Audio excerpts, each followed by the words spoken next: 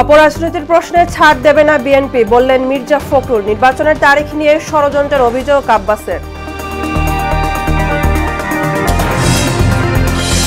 আওয়ামী লীগ নেতাদের সঙ্গে গোপন বৈঠক, সেনা কর্মকর্তার বিরুদ্ধে তদন্ত আদালত গঠন, বসুন্ধরার বৈঠক নিয়ে তদন্ত করছে পুলিশও। গণঅভ্যুত্থানের এই দিনে বিক্ষোভ অব্যাহত রাখে শিক্ষার্থীরা, অগ্রণী ভূমিকায় যুবদল ছাত্রদল। অসহযোগ কর্মসূচির ঘোষণা দেয় আন্দোলনকারীরা। এবং দখলের কবলে রাজশাহীর ফুটপাত, যানজটের চরম ভোগান্তি, তৎপরতা নেই সিটি কর্পোরেশনের, অভিযান চালাবে পুলিশ।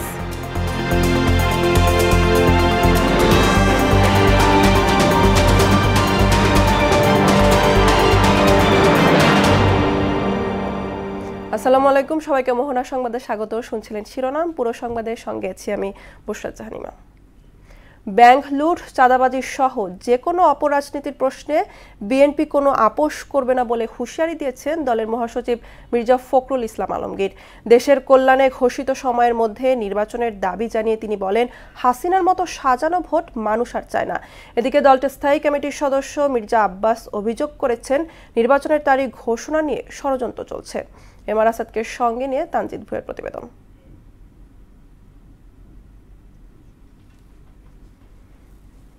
উত্তরার আজমপুরে সমাবেশের আয়োজন করে ঢাকা মহানগর উত্তর বিএনপি। এতে অংশ নিয়ে ফ্যাসিস্ট হাসিনার বিচার দাবি করেন শহীদ পরিবারের সদস্যরা। যতদিন না পর্যন্ত আমাদের দাবি আদায় না হয়, আমি ছেলেকে তারপরেও বাধা দিই নাই। সমাবেশে বিএনপি নেতারা অভিযোগ করেন, ফেসিবাদ উস্কে দিয়ে একটি মহল নির্বাচন বিলম্বিত করতে চায়। সংস্কারের নামে, বিচারের নামে ফেসিবাদকে উস্কে দিয়ে তারা নির্বাচনকে পিছিয়ে দেওয়ার অপচেষ্টা করছে।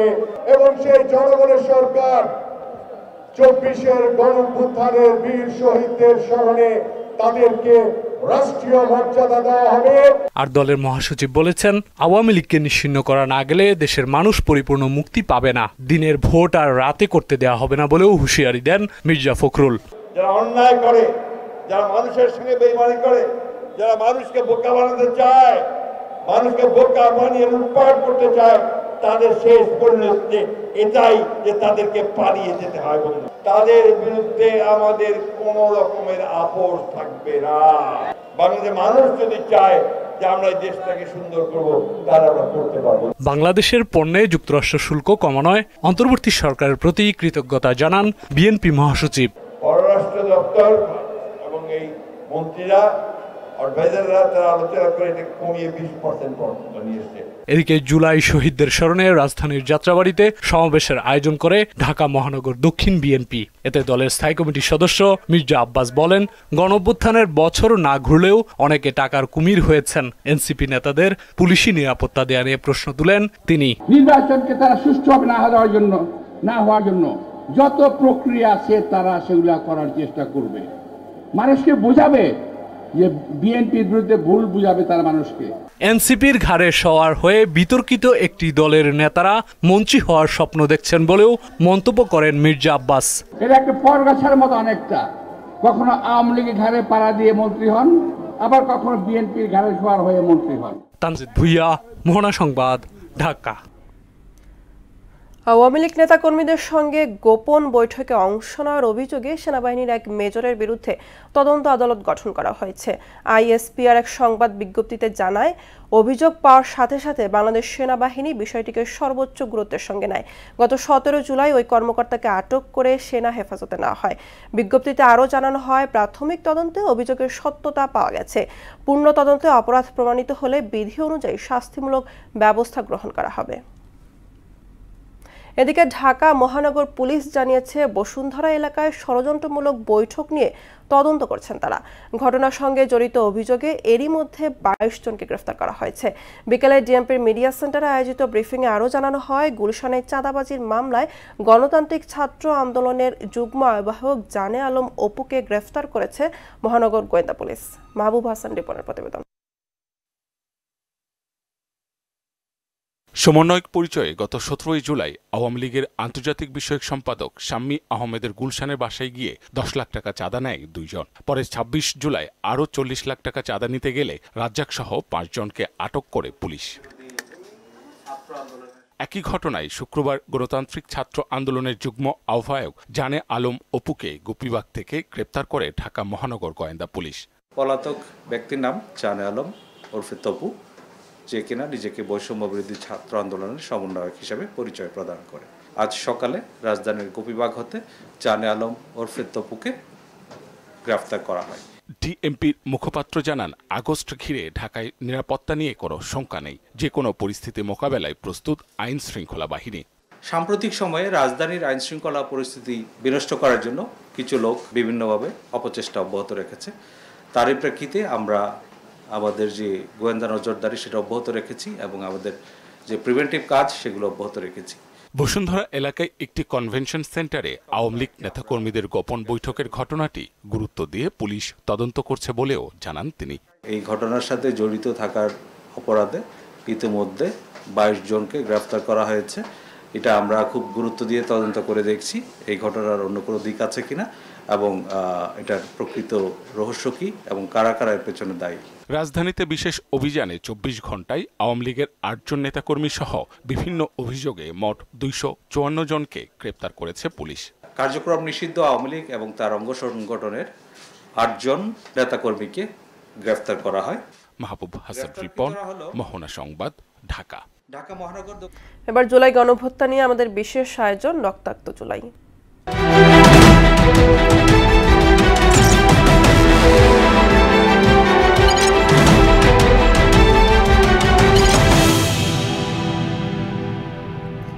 নিরীহ ছাত্র জনতাকে হত্যার প্রতিবাদে গেল বছরের এই দিনে দেশ জুড়ে বিক্ষোভ অব্যাহত রাখে শিক্ষার্থীরা। বিচারের জন্য হাজার হাজার মানুষ তাদের সঙ্গে মিছিলে যোগ দেয়।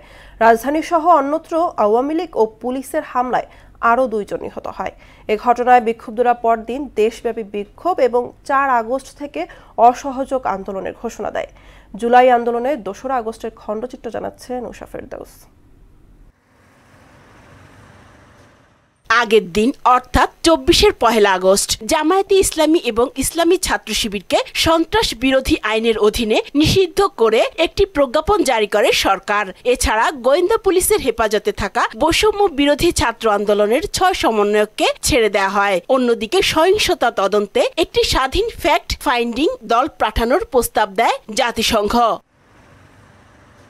অন্যদিকে কোটা সংস্কার আন্দোলনের নিরীহ ছাত্র জনতাকে হত্যার প্রতিবাদে 24 আগস্ট দেশ জুড়ে বিক্ষোভ এবং নিহতদের জন্য গণমিছিল ও প্রার্থনা করে শিক্ষার্থীরা। 5টি পাবলিক বিশ্ববিদ্যালয়ের শিক্ষক শিক্ষার্থীরাও বিক্ষোভ সমাবেশ করে।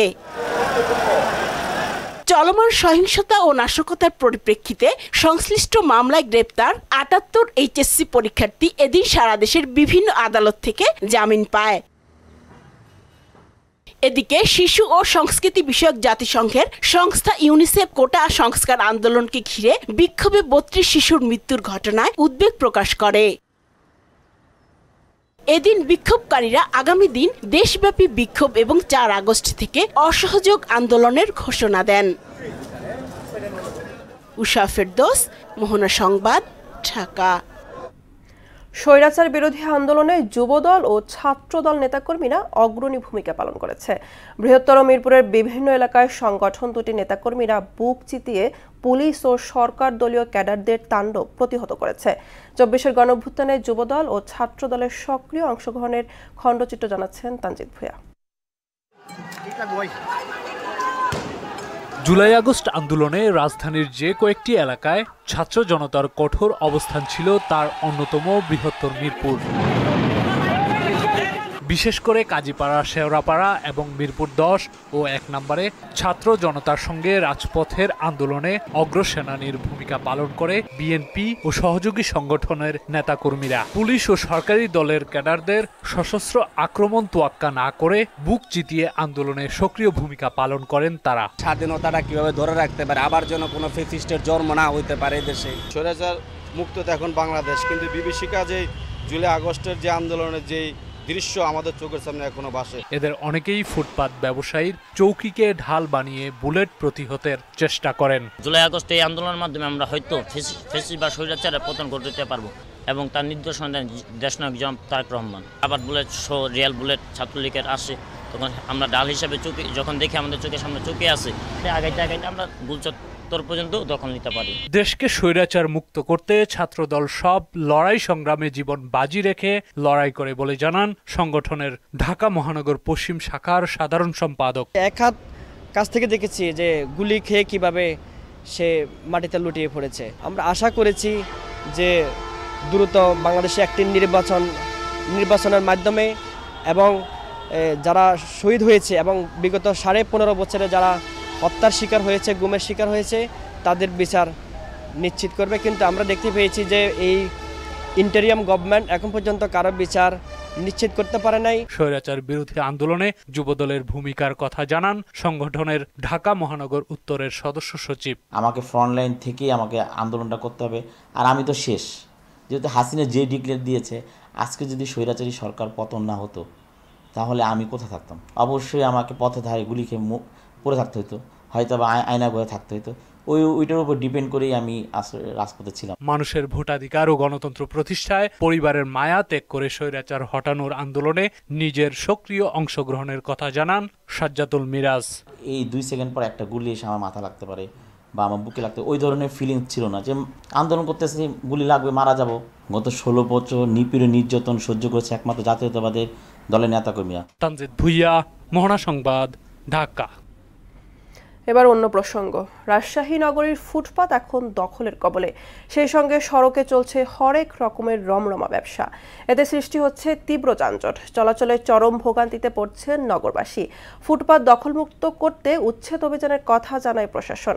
মেহেদী হাসান শ্যামলের প্রতিবেদন, জানাচ্ছেন আফরিন পপি। রাজশাহী মহানগরীর গুরুত্বপূর্ণ পয়েন্ট সাহেব বাজার, সোনাদিঘির মোড় সহ 10টি পয়েন্টে ফুটপাত অবৈধ দখল হওয়ায় সাধারণ পথচারীদের চলার পথ সংকুচিত হয়ে বেড়েছে তীব্র যানজট। কোথাও অবৈধ স্থাপনা, আবার কোথাও বিভিন্ন মালপত্র রাখার কারণে অনর্থক কষ্টে পড়ছেন সাধারণ মানুষ। অন্যদিকে চাঁদার লোভে প্রভাব খাটিয়ে যত্রতত্র বসানো হয়েছে দোকানপাট। ফুটপাতের এ সমস্ত অবৈধ দোকানপাটগুলো থেকে প্রতিদিন 20 থেকে 100 টাকা পর্যন্ত নেওয়া হয় খাজনা। ফুটপাত যতবার তুলে দেয় আবার মানুষ বসে, এখন মানুষ কি করবে বলেন? মানুষ চলাচলের জন্য, হাঁটার জন্য, সুবিধার জন্য অনেকে আছে, এদিকে না পায় রাস্তায় যাচ্ছে, অ্যাক্সিডেন্ট হচ্ছে। চিড়িয়াখানা থেকে লোক আসে 50 টাকা খাজনা প্রতিদিন আমরা দিই। কাঁচাপট্টি ব্যবসায়িক সমিতি থেকে লাগে, এটা সবার কাছে 10 টাকা করে। আমরা এটা কিসের রসিদ এটা আমরা জানি না, শুধু রসিদ দেয় 10 টাকা নিয়ে যায় এতটুকু। গাড়ি রাখি এখানে, তাহলে গার্ডকে আমাদের সেফটির জন্য 50 টাকা করে দিতে হবে। দখলদারিত্বের মাধ্যমে ব্যবসা বাণিজ্য, তারপরে সেখানে চাঁদা উত্তোলন করা হচ্ছে, এটি আর এক ধরনের বিশাল অপরাধ, এক ধরনের ক্রাইম, এক ধরনের দুর্নীতি। এটি করতে দেওয়া ঠিক না। ফুটপাত দখলমুক্ত করতে দায় সারা কথা বলছেন সিটি কর্পোরেশনের এই কর্মকর্তা। প্রথমে অগ্রাধিকার ভিত্তিতে যে কাজগুলো করছি, যে ফুটপাতগুলো আপনার অবৈধভাবে দখল হয়েছে, দোকানপাট ব্যবসা বাণিজ্য করছে, এগুলো তো আমাদের সামনে ঘরে অভিযান করবো, সেটা পরিকল্পনা আছে। অন্যদিকে অবৈধ দখল বন্ধে আইন শৃঙ্খলা রক্ষাকারী বাহিনী কাজ করবে বলে জানায় পুলিশ। আমরা ইতিমধ্যে বেশ কিছু হকার আমাদের প্রতিনিয়ত উচ্ছেদ হয়, আমাদের মেডিকেলের সামনে থেকে আমরা উচ্ছেদ করি, আমাদের এখানে যে সাহেববাজার এলাকা থেকে হকারদেরকে আমরা সরাই, আমরা চেষ্টা করি এক জায়গায় তাদেরকে রাখার জন্য। তো বিচ্ছিন্নভাবে এগুলো হচ্ছে, সেক্ষেত্রে আমরা সিটি কর্পোরেশনের সহযোগিতা চেয়েছি, ওনাদেরকে আমরা জানিয়েছি। রাজশাহীতে সব সড়কের ফুটপাত অবৈধ দখল মুক্ত করতে প্রশাসন দ্রুত কাজ শুরু করবে আশা রাজশাহীবাসীর। আফরিন পপি, মোহনা। লালমনিরহাটের বুড়িমারি রেলগেট থেকে বাঁশকল মোড় হয়ে মেডিকেল বাজার পর্যন্ত সড়ক বেহাল। দীর্ঘ এক যুগেও সড়কটি সংস্কার না হয় প্রতিনিয়ত ঘটছে ছোট বড় দুর্ঘটনা। ভোগান্তি লাঘবে দ্রুত কাজ করার আশ্বাস দিয়েছে এলজিইডি। সুমন খানের প্রতিবেদন, জানাচ্ছেন তাহসিন তারিন। লালমনিরহাটের বুড়িমারি রেলগেট থেকে বাঁশকল মোড় হয়ে মেডিকেল বাজার পর্যন্ত প্রায় 1.5 কিলোমিটার বেহাল সড়ক। এই সড়ক দিয়েই প্রতিদিন যাতায়াত করে অর্ধলক্ষাধিক মানুষ। প্রতিনিয়ত ঘটছে ছোট বড় দুর্ঘটনা, ভোগান্তি পোহাচ্ছেন চলাচলকারীরা। এক যুগ ধরে সড়কটির হয়নি কোনো উন্নয়ন। জনপ্রতিনিধিরা নানা সময়ে আশ্বাস দিলেও কাজের কাজ কিছুই হয়নি। শুধু সংস্কারের উদ্যোগ আর কথার মধ্যেই সীমাবদ্ধ রয়েছে। তারা নির্বাচিত হলে এই রাস্তাটা কাজ করবে, কিন্তু আমরা দীর্ঘদিন দেখে এসেছি, শুধু বলে আসছে, কিন্তু কেউ দেখার নাই, কেউ কাজ করে নাই। এখানে প্রায় 3 থেকে 4টা স্কুল আছে। এই স্কুলে বাচ্চাগুলা এই রাস্তার কারণে আমরা বাচ্চাগুলোকে ভর্তি করাই দিতে পারি না। মাসির বাজার কামারহাট থেকে আসতে খুবই অসুবিধা হয় তাদের, এবং জাম দীর্ঘক্ষণ লাগি থাকে প্রায় 5 থেকে 6 ঘন্টা। যদি বর্ষা হয় তাহলে মনে করেন এই দিক দিয়ে চলাচল করা যায় না, সেই হিসাবে এই রোডটা আর কি দরকার পাকা করা। এই রাস্তা দিয়ে চলাচল করার সময় আমাদের অনেক সময় আমরা স্কুল সঠিক সময় উপস্থিত হতে পারি না। এই রাস্তাটা দেখার জন্য কেউ নাই, এই রাস্তাটা সংস্কার করার জন্য আমরা জোর দাবি জানাচ্ছি। জনগণের ভোগান্তি লাঘবে সড়ক সংস্কারে কাজ করার কথা জানালেন নির্বাহী প্রকৌশলী। এটা ডিজাইন ইউনিটে পাঠাইছি, আমরা এই সপ্তাহে আসার কথা। ডিজাইন ইউনিট থেকে আসলে তখন আমরা এস্টিমেটটা তুলে আলাদাভাবে এস্টিমেট করব ওটার জন্য স্পেসিফিক। সড়কটি দ্রুত সংস্কার করে চলাচলকারীদের দুর্ভোগ লাঘবে এগিয়ে আসবে কর্তৃপক্ষ, এমনটাই প্রত্যাশা স্থানীয়দের। তাহসিন তারিন, মোহনা সংবাদ। এবার সারা দেশে অনুষ্ঠিত সভা সমাবেশ নিয়ে প্রতিনিধিদের তথ্য চিত্রে ডেস্ক রিপোর্ট। খাগড়াছড়ির পানছড়িতে ভগবান শ্রীকৃষ্ণের 5251তম আবির্ভাব তিথি উপলক্ষে শ্রী জন্মাষ্টমী মহোৎসব যথাযোগ্য মর্যাদায় উদযাপন উপলক্ষে প্রস্তুতি সভা অনুষ্ঠিত হয়েছে। কুষ্টিয়ায় কাজী মোতাহার হোসেনের 128তম জন্মবার্ষিকী উপলক্ষে 2 দিনব্যাপী আন্তর্জাতিক স্ট্যান্ডার্ড রেটিং দাবা প্রতিযোগিতা উদ্বোধন করা হয়েছে। সিরাজগঞ্জে 4 আগস্ট আন্দোলন চলাকালে শহরের বড়বাজারে যুবদল নেতা সোহানুর রহমান রঞ্জুর স্মৃতিস্তম্ভ উদ্বোধন করা হয়েছে। ছাত্র জনতা জুলাই আগস্ট গণ অভ্যুত্থান দিবস উপলক্ষে খুলনায় প্রতীকী ম্যারাথন দৌড় অনুষ্ঠিত হয়েছে। টাঙ্গাইলের মধুপুরে শেওড়াতলা এলাকাবাসীর আয়োজনে নির্বাচনী মতবিনিময় সভা অনুষ্ঠিত হয়েছে। ভোলা নদী বন্দরের সহকারী পরিচালক রিয়াদ হোসেনের পদত্যাগ, চাঁদাবাজি ও স্পিডবোট মালিকদের নামে মিথ্যা মামলা প্রত্যাহারের দাবিতে সংবাদ সম্মেলন করেছে ভেদুরিয়া ঘাটের স্পিডবোট মালিক ও বোট চালক সমিতি। বগুড়ার সোনাতলায় উপজেলা পরিষদের আইন শৃঙ্খলা কমিটির মাসিক সভা মিলেনিয়াম হল রুমে অনুষ্ঠিত হয়েছে। জয়পুরহাটের পাঁচবিবিতে জাকস ফাউন্ডেশন পরিচালিত টমেটো থেকে জুস তৈরির ফ্যাক্টরি পরিদর্শন করেন দাতা সংস্থার উচ্চপদস্থ কর্মকর্তারা। চাঁপাইনবাবগঞ্জে জুলাই গণ অভ্যুত্থানের শহীদদের স্মরণে আমার চোখে জুলাই বিপ্লব শীর্ষক আইডিয়া প্রতিযোগিতা উদ্বোধন করা হয়েছে। বিএনপির 31 দফা বাস্তবায়নের লক্ষ্যে ময়মনসিংহের নান্দাইলে বিএনপির কর্মী সমাবেশ অনুষ্ঠিত হয়েছে।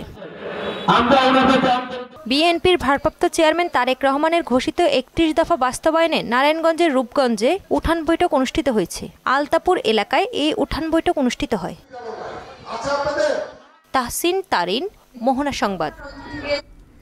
এবার আন্তর্জাতিক প্রসঙ্গ। ইসরায়েলি হামলায় গাজা জুড়ে একদিনে প্রাণ গেছে আরও 83 ফিলিস্তিনির, আহত হয়েছে 5 শতাধিক। এদের মধ্যে 49 জনই ত্রাণ নিতে গিয়ে গুলিবিদ্ধ হয়ে মারা যায়। আহত হয় 270 জনেরও বেশি।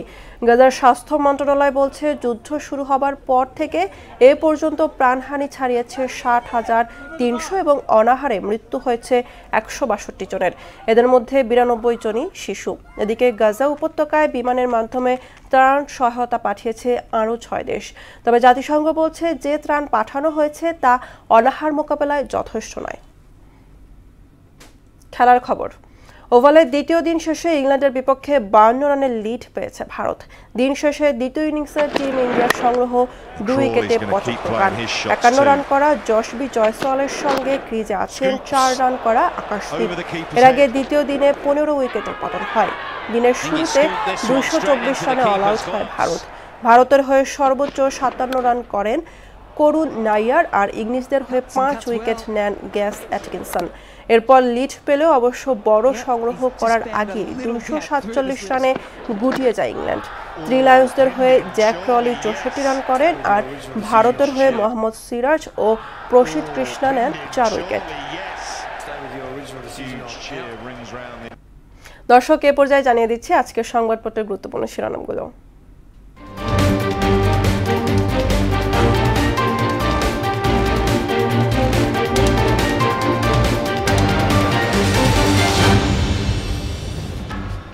আমার হাতে প্রথমেই আছে প্রথম আলো। প্রথম আলো শিরোনাম করেছে শুল্ক কমেছে, বাংলাদেশের স্বস্তি। জুলাই সনদের আইনি ভিত্তি নিয়ে মিশ্র প্রতিক্রিয়া। সুস্পষ্ট কূটনৈতিক সাফল্য বলছেন প্রধান উপদেষ্টা। দৈনিক ইত্তেফাক। বাংলাদেশের ওপর পাল্টা শুল্ক কমিয়ে 20% করল যুক্তরাষ্ট্র। বাণিজ্য চুক্তি সুস্পষ্ট কূটনৈতিক সাফল্য বলছেন প্রধান উপদেষ্টা। শিক্ষা ব্যয় যোগাতে মধ্যবিত্তের হিমশিম।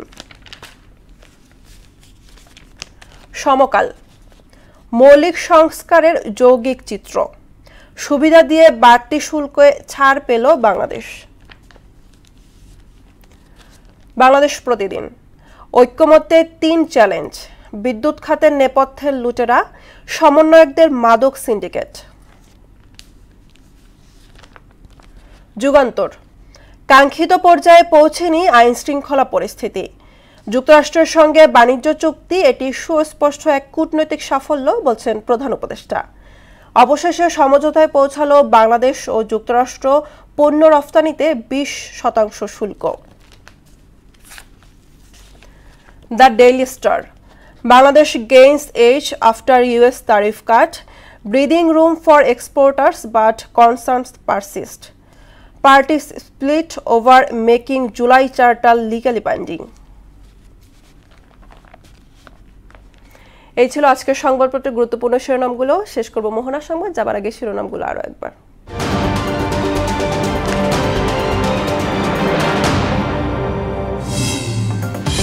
অপরাজনীতির প্রশ্নে ছাড় দেবে না বিএনপি, বললেন মির্জা ফখরুল। নির্বাচনের তারিখ নিয়ে ষড়যন্ত্রের অভিযোগ আব্বাসের। আওয়ামী লীগ নেতাদের সঙ্গে গোপন বৈঠক, সেনা কর্মকর্তার বিরুদ্ধে তদন্ত আদালত গঠন, বসুন্ধরার বৈঠক নিয়ে তদন্ত করছে পুলিশও। গণঅভ্যুত্থানের এই দিনে বিক্ষোভ অব্যাহত রাখে শিক্ষার্থীরা, অগ্রণী ভূমিকায় যুবদল ছাত্রদল, অসহযোগ কর্মসূচির ঘোষণা দেয় আন্দোলনকারীরা। এবং দখলের কবলে রাজশাহীর ফুটপাত, যানজটের চরম ভোগান্তি, তৎপরতা নেই সিটি কর্পোরেশনের, অভিযান চালাবে পুলিশ।